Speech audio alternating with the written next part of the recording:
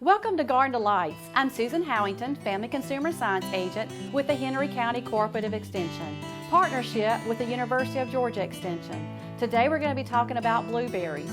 We're also going to hear from Frank Hancock, our Agriculture and Natural Resource Agent, and from what I hear, we may see him milking a cow. So we'll see you back in just a little bit on Garden Delights.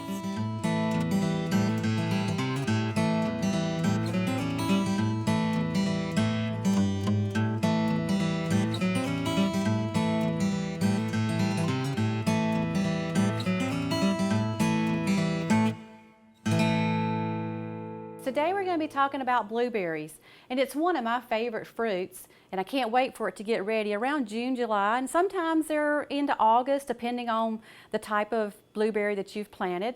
And you know, if you don't like blueberries, you're really missing something. But it is one of my favorite plants to eat as far as a fruit. And it's really, really good for us. It is saturated, fat-free. It is also sodium and cholesterol-free. But the good thing is, these have a lot of great vitamin C in our blueberries. And it also, blueberries are antioxidants, so we always hear that antioxidants are very good for us because they do prevent some of the type cancers that we're trying to prevent from getting as we get older. And if we eat right, they say that that's a good thing to do. And so blueberries are one of those things that we want to make sure we keep on our list to eat when they're in season. They're also about 83 calories to a cup of blueberries, and this is about 4 cups right here.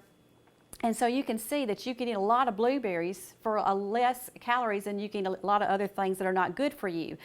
So when you're wanting a sweet tooth of something to eat, try a blueberry because they are going to be very low in calories. Now when you're selecting your blueberries, make sure you're looking for plump blueberries. You want to try to make sure they're uniform in size. Now when you're picking your own, you can pick the ones that look really good, you know when they're ripe, but when you're buying them at the store, make sure you're turning the blueberry container upside down, checking the sides, and make sure that they look plump, they don't look like they're overripe, because you don't want to buy something that's overripe because it's not going to be good when you come home.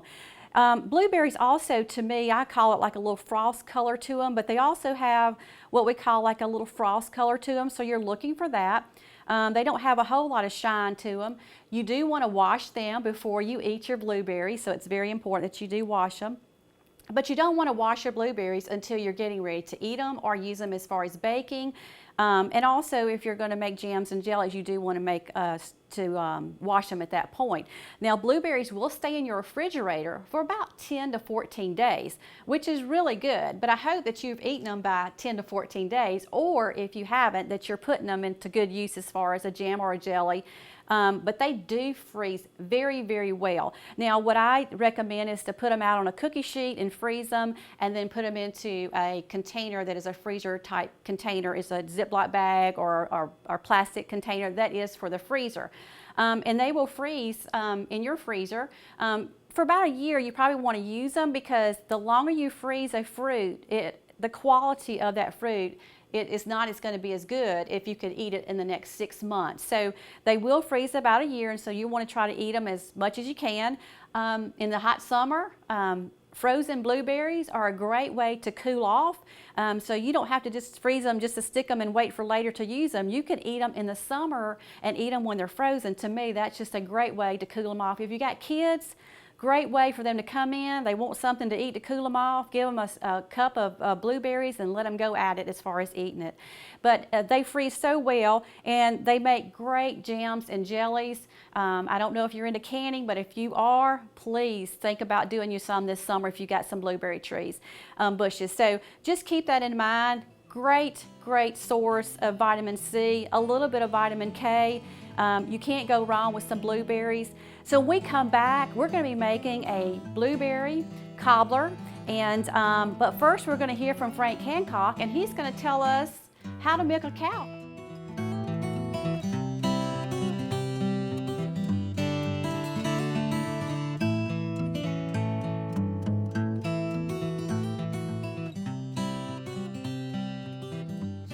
Come on in, let's feed in there. Okay, I thought we'd do something a little different today.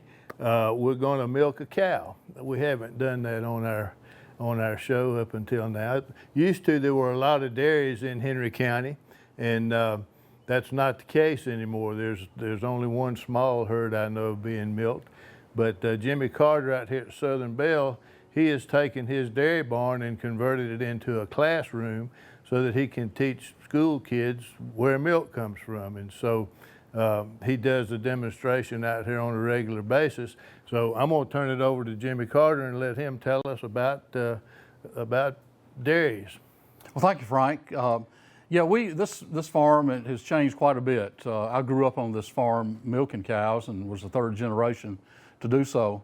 But several years ago, we decided to convert our dairy barn that we're in now more into an educational ag classroom. And we've been really excited with what it's turned into and really the audience that we're reaching. We try to talk agriculture to urban kids, and we get kids in the Atlanta metro area. In fact, in the spring, we'll have about 10,000 kids come through this barn.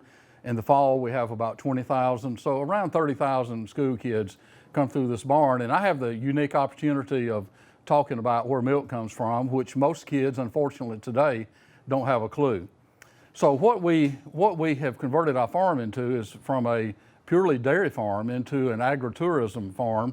And of course, we have you pick strawberries, blueberries, blackberries. But the part I love the most is talking to school kids about dairy farming and introduce them to our cow, Belle, and this is Belle number 6, and she is a Holstein cow, the same kind of cow that I used to milk here on the farm. And so what I do with school kids is try to take them through the story of how cows are different from us and show them actually how milk is produced.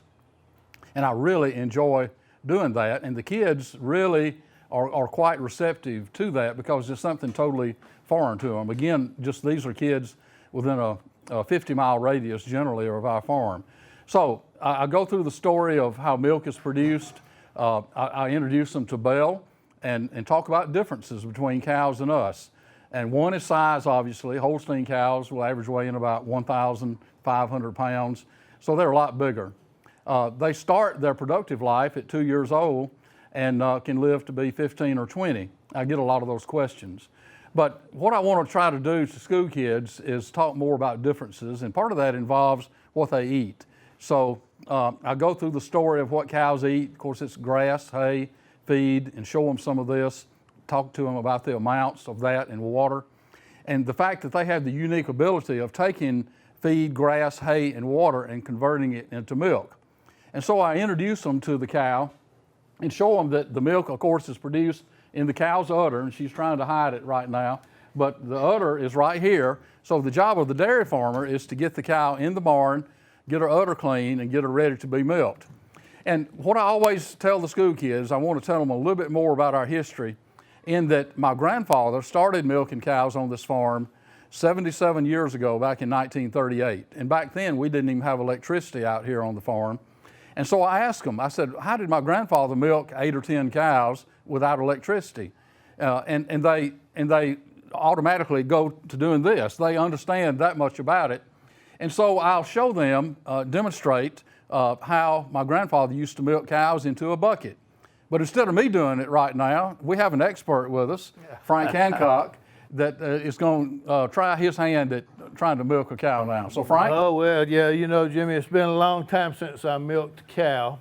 And so we can just, you know, you want to be gentle. You see that milk coming out of there? I hadn't forgotten how to milk a cow. Good job. But you have to have really strong hands if you're going to do this on the dairy farm all day long. So, but anyway, that's kind of how you would milk a cow, and milk it in a bucket. And the way we do it today, though, is a little better. I'm going to let Jimmy explain that to you. Yeah, I tell them, obviously, my grandfather didn't milk 200 cows like we did. He only milked 8 or 10, but it was hard work, and it wasn't sanitary either. So then I go into the process of telling kids how dairy farmers milk cows today, and how much easier it is, and certainly how much more sanitary it is. So at that point, I'll ask them, well, do you want to see me milk the cow? And of course, they all scream and holler yes. So I'm going to turn the machine on and show you how dairy farmers milk cows today.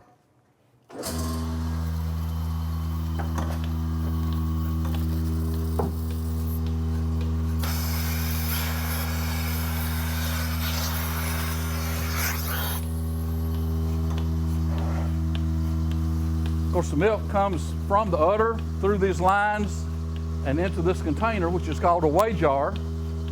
There it comes. And this actually feels good to her too. Doesn't hurt at all. That's a little faster than what I was doing. Yeah. Well, we'll go ahead and take it off.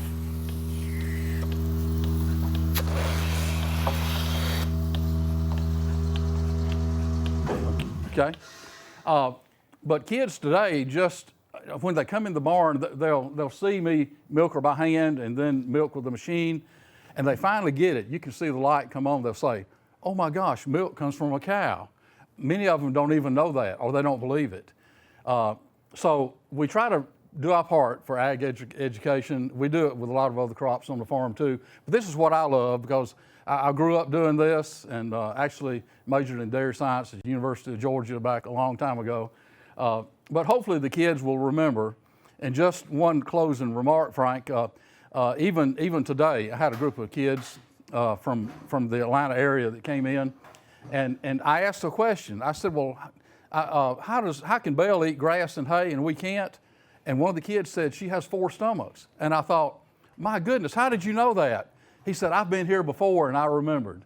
And so I said, well, that's my pay for the day, because to realize that I'd said something probably a year ago and they remembered, that means we've made a connection. And that's what we're trying to do here on the farm today. It has changed quite a bit from having 50 dairies in Henry County to the one that Frank mentioned. And I feel that our mission today at Southern Belle Farm is to try to educate the consumer more about agriculture. And we appreciate the work that you do in that regard, Jimmy. And Southern Belle does do a good job of showing school kids out here by the bus loads what goes on the farm, including milking the cow. And I think now we're ready to go back in and see what Susan is fixing for today.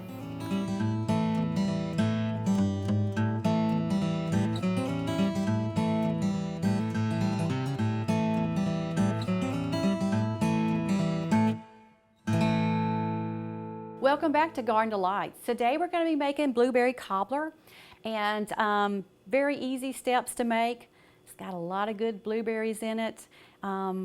Just want to tell you that also blueberries are great in fiber too, so if you're looking for something to get a lot of fiber in your diet, try some blueberries. So let's talk about our recipe. The first thing you're going to need to do is you're going to need a stick of margarine, and I try to use the best, so I use some light margarine. And what you want to do is put it into a casserole dish, you know, whatever you have at home, but you want to put it in a casserole dish. And what I've already done is I've already melted the butter, because that's our first step that we need to do. So we've melted our butter in the casserole dish, and that is the first step, and it needs to be at the base, at the bottom. And what we're going to do is mix some other ingredients, and we're going to put it on top of that butter, margarine. So first thing I'm going to do is I'm going to kind of go through it. We're going to add a cup of sugar to our bowl. We also need 1 cup of plain flour, so I'm going to go ahead and add that. And then you're going to need 2 tablespoons of baking powder, because remember I said this is plain flour, so we want to make sure that it's going to rise and do what it needs to do. And we're also going to add 1 teaspoon of salt. So what I'm going to do first is I'm going to mix up the dry ingredients first. Very, very simple to do. So I just want to make sure that I incorporate all the sugar and the salt and the baking powder in with the flour. And so you can see this is going to be the base to make that cobbler. So we're going to add now a cup of milk, and this is 1% milk. So I try to use milk that was not high in fat as much as regular milk. So I'm going to use the 1% milk. And I hope you learned a lot from Frank today on how to milk a cow, because you know we need a milk in a lot of things that we bake. So hopefully you learned something about a cow today. So what I'm going to do is just mix it up really good, because I want to make sure that I have everything mixed up really well. And the blueberries are going to go on last. So we just keep mixing this in, and make sure you get all your good flour mixed in with the milk, because you want everything moistened. You want to make sure that everything has a little bit of moisten on it. Make sure you go around the outer side part of your bowl too, just to make sure that you have everything mixed in really good. And I'm not going to use a mixer. I'm just going to pretty much use my hand to do it, because you really don't need to mix it up really, you know, to where it's just to beat it up and everything, because actually when I tell you to pour this on the top of that margarine, you're not going to really stir it around either, because we don't want it to stir around. So I'm going to make sure, I'm going to turn my bowl just a little bit and make sure I have it mixed up really good. Scooped around. All right, that looks good. And what we're going to do is you're going to pour these ingredients on top of the margarine. I want to make sure I see just a little bit more. I want to scoop all around just to make sure I have all that flour mixed up. And if you don't have plain flour, you can use self-rising flour. So then if you use self-rising flour, you won't use the baking powder and you won't use the salt. So you already have that in your self-rising. So if you don't have self-rising, you could use that. You can use plain, and that's what we're using today. So just remember, you can convert it, you know, as far as that goes. But just remember that self-rising already has all this in here. So what I'm going to do is I'm going to kind of pour this around, because I don't want the flour mixture and the milk and all that. I want it to kind of go around the outer edge too. So I'm just going to pour this on top of the margarine that's already melted. And I'm just going to make sure that I've got it is all the way to the outer edge, because once I put the blueberries on it, I'm not going to stir it at all. We're just going to lay the blueberries on top. So I think I have most of that ready. Very, very good recipe, but easy to make. So when the blueberries are coming in and you're getting tired just to eat them all by themselves like they are, perfect way to end the day with some blueberry cobbler. I'm going to put these inside here just to get them out of my way. Now this is 4 cups of blueberries, and you can see that's really still not a lot of blueberries, but oh, they're going to be so good. So what we're going to do is we want to just kind of get them, and we want to lay them out and make sure they're evenly distributed a part of this casserole part. So you don't want them all in the center. So we're going to start at one side, and I'm just going to kind of keep going and working myself down. And what's going to happen is when I put this in the oven, the batter part of this that I mixed up is going to move through the blueberries, and so it will look just like cobbler does. And what you want to do is put your oven, preheat your oven to about 425, and so have it ready. And then once you have it at 425, you're going to bake this for about 20 to 25 minutes. Now, just remember, ovens are different, so what I'm cooking with is about 425 for 20 to 25 minutes. But just remember that everybody's stove is different. So I'm going to tell you until it's a golden brown, till you feel like it's a really nice golden brown, and that's when you want to take it out. So don't overdo it, because this is a shallow pan, so it's really not going to take it long to bake. And you can see that the 4 cups of blueberries is going to be perfect, because it's going to fill this up really nicely. And I don't want all my blueberries in the center, so I want to make sure that I am getting them everywhere that I can see a place where maybe some batter is. And it's amazing when you start cooking this on how well the batter just seeps up through it when we start baking it. So now you have your blueberry cobbler. It's ready to go in the oven. And like I said, for about 20 to 25 minutes, depending on your oven, and have it about 425. So we're going to go ahead and put this in the oven and have it ready so we can come back and taste it.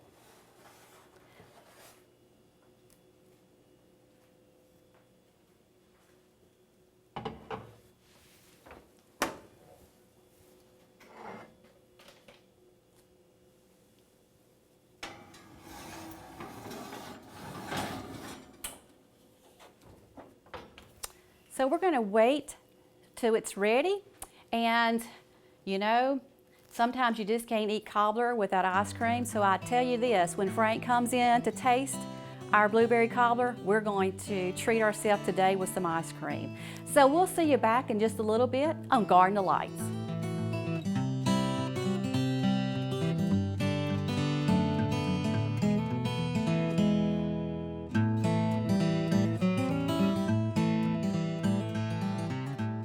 Welcome back to Garden of Lights. Now Frank, I just took this out of the oven, and it's going to be a little warm, so don't burn your mouth. This looks pretty good. I figured you would like some Blueberry cobbler. So I think what I'm gonna do is give you a little ice cream first. We need some Good. ice cream. You know, we've been out milking cows all day, so I know. You want two? oh yes, That's what I oh figured. yes. Never waste any ice cream. I'm gonna take one. I could be sorry toward the end. I may want to eat two. And I'll I'm gonna take dip some us of some that up right blueberry now. cobbler, All too. right, here we go. We'll get some right out of the center if I can pick it up without making a mess. There's one. You want a little bit more? That's sure, but that's good All right. for right this moment. All right, and I'm gonna get me some. I'm looking forward to it. I love blueberries. Mm-hmm. That is Good. really, really good. Really good. Easy, good tasting, and I guess a little bit of ice cream Little on it bit of would ice make cream. it even better, right? That's right. You know, it's been a long time since I milked a cow. It was interesting. I bet it was. Did you do a good job? Well, the machine did better than me, but yeah, I did. I have milked a cow before, I know you have. a long time ago, but I didn't forget totally how to milk the cow. That's good. But That's good.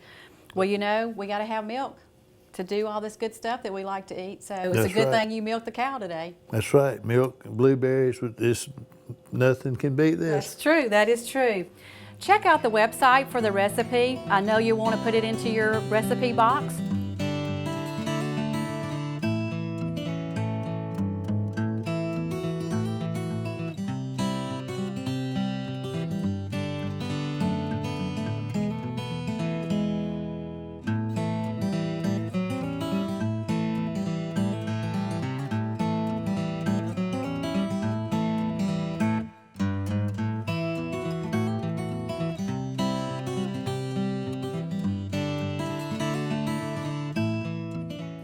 And Frank and I will see you next time on Garden Delights.